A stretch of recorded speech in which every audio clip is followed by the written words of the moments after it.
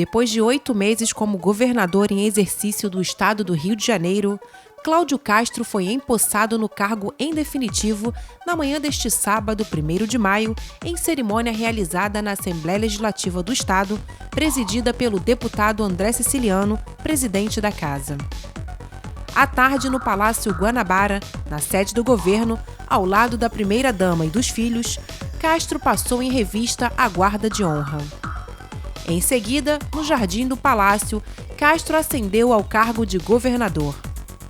Participaram das solenidades secretários, prefeitos, deputados estaduais, federais, o senador Carlos Portinho e outras autoridades. Ao final, Castro foi cumprimentado pelos presentes. Senhoras e senhores, boa tarde a todos. É uma emoção ímpar receber cada um dos senhoras e senhores aqui nesse dia de extrema responsabilidade. Eu falei desde cedo que não era um dia para celebração, mas era um dia para que a gente entendesse a responsabilidade desse novo tempo. Gostaria de começar cumprimentando o senador da República, o senhor Carlos Portinho, aos meus queridos deputados federais, Altineu Cortes, Áureo Ribeiro, Felício Laterça, Felipe Peixoto, Gutenberg Reis, ao meu amigo querido Hugo Leal e a sua esposa Luíse, ao deputado professor Josiel, Otávio Leite, Otônio de Paula, Pedro Augusto, Rosângela Gomes, Vinícius Fará, aos deputados estaduais, Márcio Pacheco, líder do nosso governo, também os meus dois colíderes, Rodrigo Amorim e Léo Vieira, mas aqui, vamos olhando, Charles Batista, Vando Família, Alexandre Quinoploc, Rodrigo Bacelar, vamos passando, minha querida amiga Célia, enfim, doutor Rosane Félix, Rosenberg Reis, doutor Serginho, tantos outros, aqui às vezes não dá para ver todos, fora a emoção. Ao general José Eduardo Pereira, comandante militar do Leste, ao major brigadeiro do ar Luiz Guilherme Silveira de Medeiros, comandante do Comando Aéreo Leste, ao Rodrigo Melo Nascimento, o querido presidente do Tribunal de Contas do Estado, aos prefeitos. A letrinha pequena vai chegando a idade, vai ficando difícil a letrinha, né? Leonel Lopes, Washington Reis, Vladimir Garotinho, Rafael Miranda, Capitão Nelson, Alexandre Cefiotes, Lucimar Ferreira, Glauco Kaiser, Lívia do Chiquinho, Fernando Jordão, José Bonifácio, Aloysio Max, André Português, Vinícius Clausen, Diogo Gonçalves, Jorge Henrique, Vantuil Martins e Leandro Peixe, os nossos secretários, Nicola Mitione, secretário-chefe da Casa Civil, e cumprimentando o Nicola, eu estendo a todos os secretários, ao Luciano Bandeira Arantes, meu presidente da Ordem dos Advogados do Brasil, Ângela Costa, presidente da Associação Comercial do Rio de Janeiro, ao Dom Paulo Celso, bispo auxiliar da Arquidiocese do Rio de Janeiro, representando o cardeal Dom Aranito Tempesta, ao grupo musical, programa orquestra nas escolas. Eu já queria deixar um abraço para minha querida Moana, amiga de outras batalhas, Ana Aline, minha esposa, os meus filhos João Pedro, Duda, meus pais, meus irmãos, todas as autoridades que posso não ter nominado aqui, mas queria minha gratidão a cada um que veio estar aqui presente conosco hoje aqui. Amigos e amigas, senhoras e senhores, uma boa tarde. Como já fiz na manhã de hoje, na Assembleia Legislativa, quero agradecer a Deus e a minha família, pilares que me sustentam nessa caminhada. Hoje, tomo posse como governador do estado do Rio de Janeiro e considero que não é uma coincidência essa posse ser no dia do trabalhador, Fabinho. Se tem algo que acredito é na força do trabalho. Tomo posse hoje com a principal missão de olhar para todo o estado do Rio de Janeiro, mas especialmente para quem mais precisa, para quem tem mais urgência e para os mais vulneráveis, meu presidente Rodolfo Landim. É meu compromisso criar ou intensificar políticas públicas para alcançar aquele que tem sofrido os impactos mais duros e deixados pela pandemia da Covid-19. Soraya Santos, minha querida amiga. Seja pela perda de um parente, e aqui queria me solidarizar com as mais de 44 mil famílias fluminenses que se despediram de alguém especial. Seja pela perda do emprego por conta da crise econômica, ou para quem sente e se sente sem apoio para recomeçar. É para essa população que prioritariamente vou trabalhar cada um desses 20 meses que me restam aqui, deputado Labre. Lá na frente, quero que meus filhos se orgulhem de eu ter tido como foco gerar empregos e combater a fome e a miséria. Também desejo ser reconhecido como alguém que fez o possível e o impossível para vencermos a pandemia aqui no nosso estado, acreditando na ciência, seguindo especialistas em saúde pública, mas também sem deixar de ouvir cada posição dos diversos setores. Wander, como característica minha, tem o diálogo como principal ponto para esse avanço, Dr. Sérgio Veiga. Imagino que ainda mais nesse momento, a união da nossa sociedade fará a diferença. Foi conversado e entendo o ponto de vista de cada um, que, por exemplo, começamos ontem uma nova era no Rio de Janeiro com a concessão dos serviços da SEDAI. Projeto esse que vai beneficiar mais de 12 milhões de pessoas, levando água e tratando o esgoto. Coisas tão básicas, mas que só agora se tornam esperança para a parte significativa da nossa população. E é para essa gente que mais precisa e que há muitos anos não recebe um olhar de apoio que eu vou governar. Para aquele que precisa em qualquer um dos 92 municípios. E temos provado, doutor João, o quanto cada município é tão importante quanto o outro, deputado Valtecido da Saúde. Não é à toa que determinei a entrega igualitária das 5.800.000 doses da vacina do Covid em todo o estado. Não houve e não haverá privilégio, doutor Bruno Dubê. Não há cor de bandeira partidária que me impedirá de promover as políticas públicas necessárias, seja ela com qual for. E eu garanto, vamos fazer muito. Na área do desenvolvimento social, secretário Dauaire, estamos criando projetos que garantam renda mínima às famílias em situação de extrema pobreza e ainda alimentação a preço popular no restaurante do povo, como já começamos em Caxias, deputado Rosenberg. A alimentação nesse restaurante do povo servirão mais de 25 mil refeições em diferentes regiões do Rio. Hoje também temos mais de 1.600.000 desempregados, mas estamos nos recuperando. Em março, fomos o 5º estado a mais gerar emprego, com mais de 13 mil vagas. Deputada Rosângela Gomes. Temos um longo caminho pela frente, mas não vamos descansar até recolocar essas pessoas no mercado de trabalho. Vou investir ainda mais em saúde, levando medicamentos, agulhas, seringas, vacinas, destinando os recursos para que cada prefeitura fortaleça os seus postos e hospitais. Lembrando que a atenção básica, Francimar, é uma das principais salvações para o nosso estado e para a nossa saúde. Acompanhando de maneira ininterrupta os dados do Covid e agindo de acordo com a necessidade epidemiológica. Na educação, Conte, me comprometo a reformar escolas, zerar o déficit por vagas nas diferentes regiões do estado e revolucionar o aprendizado por meio digital para os alunos e para os professores. Processo que desde setembro já começou. Não ficamos parados esperando.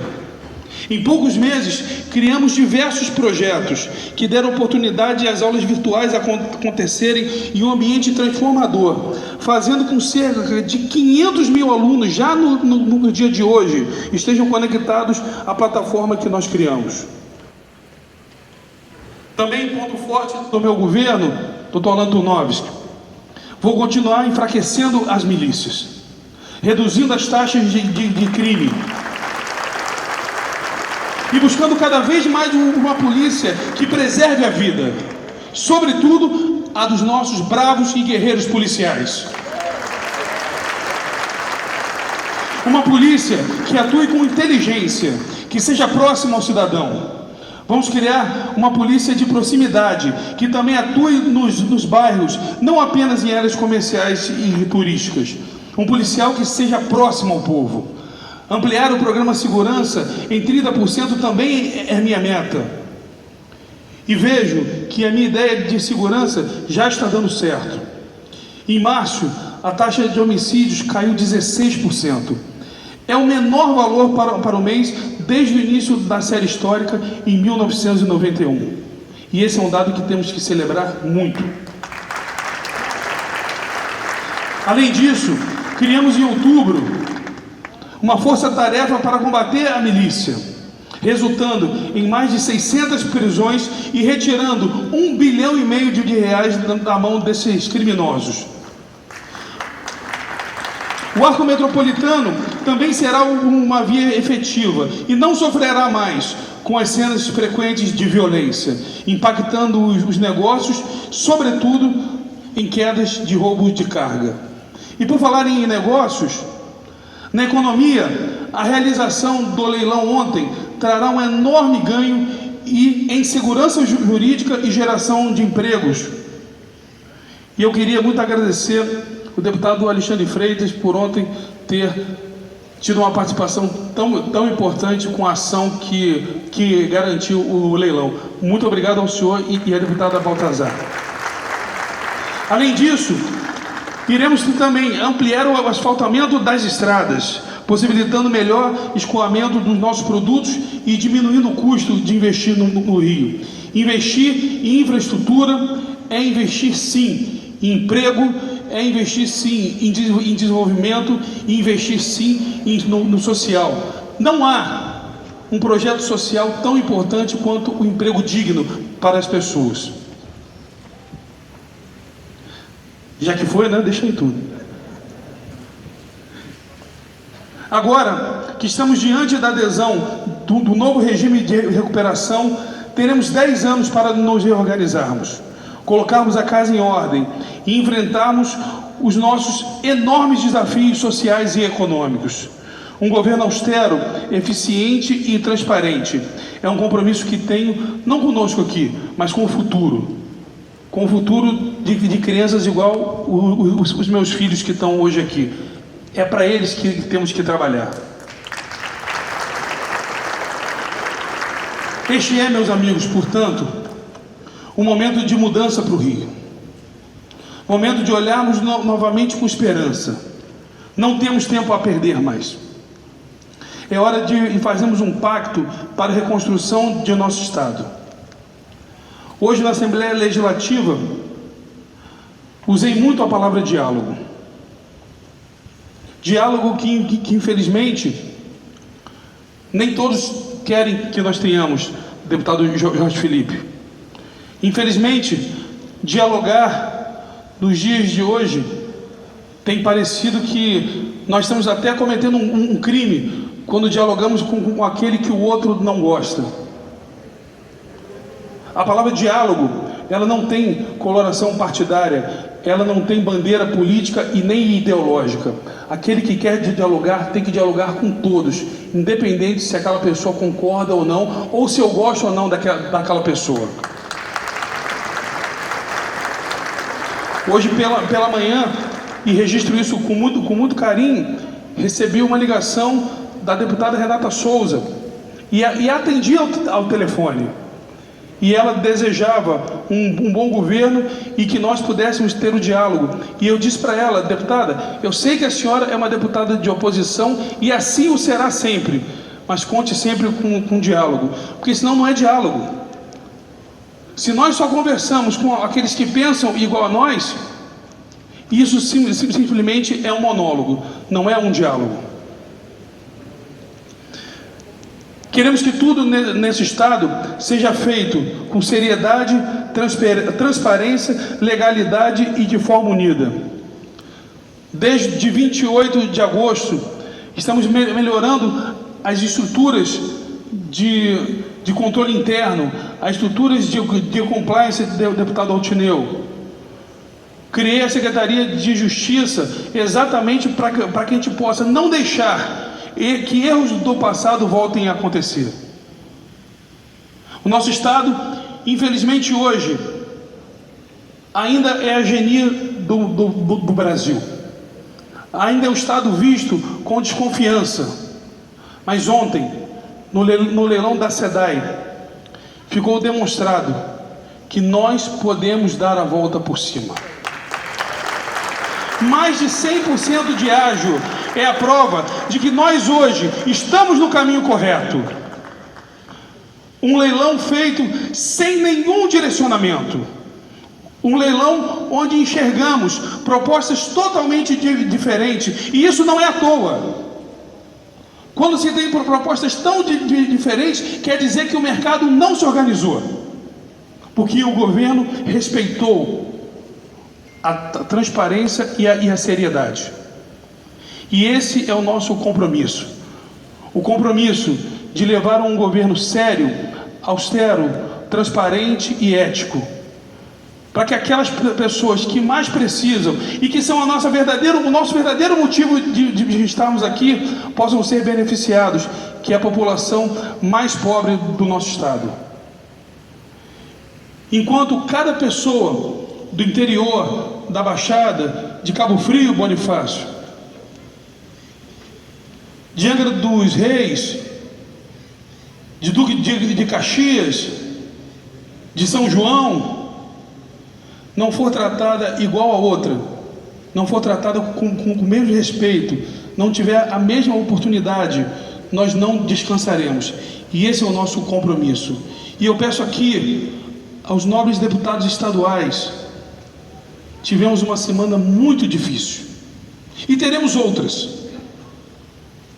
Não podemos achar que qualquer divergência de pensamento é sobremaneira, é de forma alguma possíveis rompimentos. Discordaremos sim, discordaremos muito, mas também convergiremos muito, porque todos aqui têm um ideal, que é salvar o nosso Estado. Infelizmente, a política da briga gera mais notícia, mas muitas vezes é no dissenso, Otávio Leite, que a gente constrói as melhores ideias e a gente parte para o melhor futuro que a gente pode. Só que nós temos que ter os ouvidos, os olhos e o coração aberto. E esse será um governo assim, de ouvidos, olhos e coração aberto, para que a gente possa chegar às melhores conclusões. Sabemos que pensamos diferente, e que bom que é assim. Somos uma sociedade plural, Altineu, e somos mesmo.